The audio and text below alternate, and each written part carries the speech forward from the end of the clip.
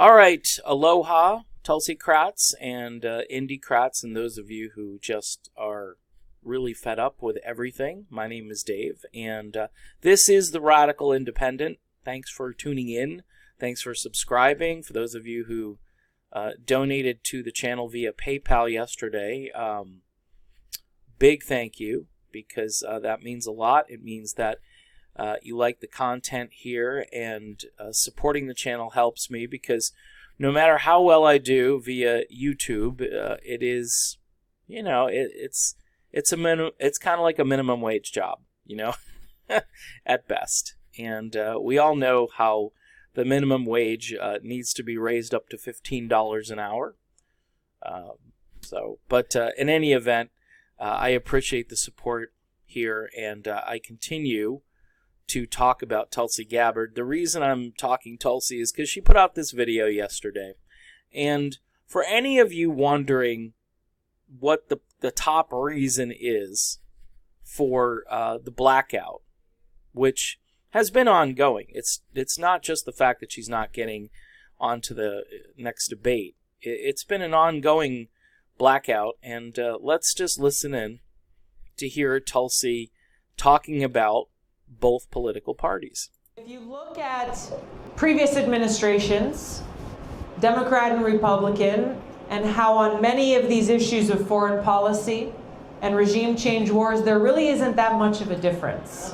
And that goes to the influence of the foreign policy establishment and the military-industrial complex in Washington. Here's the difference. Here's the difference in why I will be able to make that change that others who promised to during their campaigns but failed to in office, is I've been there.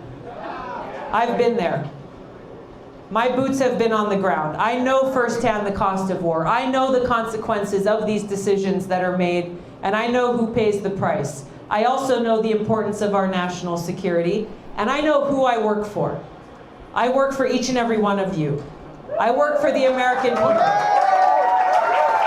Okay, and about 57 seconds into this video, you get the crux of everything. It's not that she's trying to offer, Medicare for all. It's not that she's looking for a robust domestic policy that puts American citizens at the top of the list rather than corporations in foreign countries and banks and the military, because those are the things that are currently imagine being run by the military and by banks and by corporations, which are part of everything. It's a corporatocracy. I mean, there are all kinds of fancy words out there. If you read a couple of books by what I would consider to be non-tribalist progressive voices, you're going to find a lot of information that nobody is going to refute. Nobody. Now, what sets Tulsi apart is her ability to cut through the nonsense and to formulate a policy based on her own life experiences. This drives people on the left absolutely crazy. Her military service drives people on the left absolutely crazy. And when I say on the left, I know I'm broad brushing here, but she gets most of her grief from the left. And I compare it to Kim Iverson did a video or made a post where she talked about how most of her criticism comes from the left. And it's crazy criticism because, I watched a little bit of this video where Tim Pool is talking to Glenn Beck, of all people. And what's interesting about it is they're having a civil conversation about what's going wrong. Like why people have gone totally off the cliff. And a lot of those people are on the tribal left who don't want you to speak. And those are the same people that are very supportive of Elizabeth Warren. A lot of those people support Kamala Harris. A lot of those people support Joe Biden for president because it's just as long as it's not Trump, they're going to be able to wake up and function in the morning. None of those people understand that there are policies that aren't being talked about because they're too busy playing their fantasy football, this is what it amounts to. And I guess if you want to make yourself feel better, if the psychology of your life is messed up, like you can't function, you're physiologically ill because Donald Trump is president, then you need to go seek some help. Because Abraham Lincoln said it best, most people are about as happy as they make their mind up to be. Now, I'm paraphrasing. Lincoln probably said it a little more articulately than that. But the point being is that I don't want to have anything to do with toxicity. And Tim Pool is a smart guy. He comes from the left, but he's seeing what's happening. He's probably progressive on a lot of policies, but he doesn't understand this lack of conversation, this cognitive dissonance, and the media is obviously feeding it because it continues ratings for them. They're going to get better ratings because of it. And Tulsi Gabbard is not somebody who's going to help them with ratings. Here's why. Because she's going to bring people together, and people are going to realize that, hey, they don't need the media. They don't need the false narrative to live each day. Tulsi Gabbard has solutions to problems. The Off Fossil Fuels Act, the initiative where there are paper ballots to back up the so-called, Russian meddling that's supposedly going to keep happening again and again because we've only got Russian hackers. We don't have any American hackers, but we have Russian hackers. Think of that. We're going to blame Russia for everything when most of our problems are probably internal. Not the interests of any other foreign country, not the interest of any defense contractor company, not the interest of the foreign policy think tanks in Washington that have so much influence. So on day one, walking into that Oval Office, when I'm sitting there and having my meeting with my cabinet, I will not be influenced by those opinions of the establishment. I won't be intimidated by the number of stars that a uniform has on their shoulder. All right, and there it is. There it is in a nutshell. She's not afraid of the military-industrial complex. She's not afraid of the media because we've seen her ability when people keep asking the same question about Assad or whatever it is that they want to ask about. They'll ignore the whole premise of endless war. They don't want to talk about endless war. They don't want to talk about imperialism. They don't want to talk about empire. We're there, people. We're there. Whether you love this country or not, whether you're a patriotic American or not, we are there. And that means that we have to re-examine our priorities and to make changes in the way things are being done. You don't have to go back to the beginning, the foundation of the country, and just say it was ill-conceived to begin with. You don't have to do that. What you have to do is think about what's happening right now and to stop the nonsense. Now, here's the thing. I don't think Tulsi Gabbard can get the Democratic Party nomination. I just don't.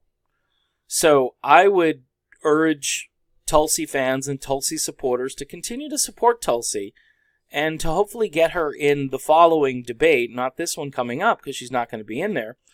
I tell you, it's going to be a rough go. It's going to be even harder because there are going to be a number of people that see that she's not in this debate, and those people are going to get discouraged, and they're going to say, okay, this is over. Some of those people might gravitate over to Bernie. I think they're coming for Bernie as well, and I don't think Bernie has got the backbone that a Tulsi Gabbard has. So that's going to be another issue down the road for Bernie supporters. I keep saying this, and I'm going to say it in every video, whether people want to hear it or not. We need a third way, okay?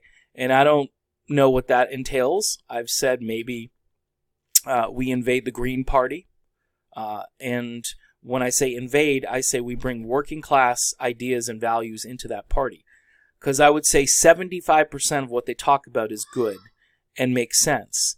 There are some fringe things that they want to do that I think most Americans are going to say, you know what, that's a little much. Maybe down the road we can look at those things. But right now, we've got to unify around some type of progressive message that isn't lunacy, that appeals to people, because it's not just progressive, it's populist. It will help people. Student loan debt is a crushing thing. That should be right out there in front. If I were to fault Tulsi Gabbard, which it's hard to because I love her and I love her campaign, but the fact that you lead with foreign policy for a lot of people is they glaze over. They don't listen to what the punchline is. They hear about, okay, foreign policy. What does that have to do with me? Well, it has everything to do with everybody. But that's the thing. Bernie Sanders, his core is all about economic justice but so is Tulsi. That's the weird thing. If you talk to Tulsi about these issues, she's right there with Bernie. She's got different perspectives on a few things, like prisoners voting and so forth. But guess what? She's really close. And I think a lot of people think that Tulsi Gabbard isn't really that concerned about domestic policy, like economic issues, and that couldn't be further from the truth. But it's the way it's perceived, and the media too aids that, because they always ask that question where she's got to be on the defensive about meeting with Assad or not being engaged. Tim Ryan says not being engaged around the world and so forth. And that's BS too. She's military. She understands that we need some engagement, but the fruitless engagement that we've had for the last 50 years or so is pointless. And again, people have a right to ask, why are we still in Afghanistan? So, my dream would be, honestly, that Tulsi Gabbard, at the end of this, she decides to leave the Democratic Party. That would be awesome. She could just declare being an independent. She could become a Green Party person and be the highest profile Green ever. And that would give that party so much credibility. Because really, I look at their candidates and, Cynthia, I think it's Cynthia McKinney. She seems like she'd be a good candidate. There's rumors that Cynthia and Jesse Ventura are going to run. Those are just rumors, and I wouldn't put too much stock into it. Although you'd have a high-profile ticket, and you'd have, you'd have some, you'd have a counter narrative to Donald Trump, which I think the media might want to cover. And look, we've got to get there any way we can. The problem with Tulsi Gabbard, and I expressed this in a video the other day, is she might just be too nice. She's too nice. That aloha spirit is what we all want. But in the political realm right now, where it's this combat-ready Twitter meme-throwing, flame-throwing mode, sometimes people want the red meat, and Tulsi is, more like a vegetarian on the campaign trail. And it has its upsides, though. I mean, you go to sleep at night knowing that you support somebody who's got better integrity than anyone else on the campaign trail. And that's, to me, that's worth so much. But I'm just trying to outline the reasons as to what is happening and why it's happening. But this video, if you want to put Exhibit A, this video, the first minute of this video, it outlines that when she declares her candidacy, she's declaring against the establishment right away. And she talks about people in both parties. You notice how none of the other Democratic candidates ever criticized their own party. Maybe Bernie Sanders a little bit, but the thing is, Bernie was always an independent. So if he's criticizing the Democrats, he can kind of throw the rocks from over the fence, whereas Tulsi Gabbard is a registered Democrat. I wish she would unregister and become an independent or a Green Party person, and it would ignite a movement like probably we've never seen. So that's my video for today. Again, thanks for supporting. I will put the email address for PayPal for one-time donations. That has worked pretty well, and I appreciate those who've stepped up. Also, there is a link to Patreon if you'd like to give monthly. That also covers my music-based video channel. Yes, I run 2 channels. This one has been a bit more of a priority for me recently, but I still do videos about music over there. In any event, aloha. Have a great weekend. If you're on the Florida East Coast especially, stay vigilant. Talk to you soon.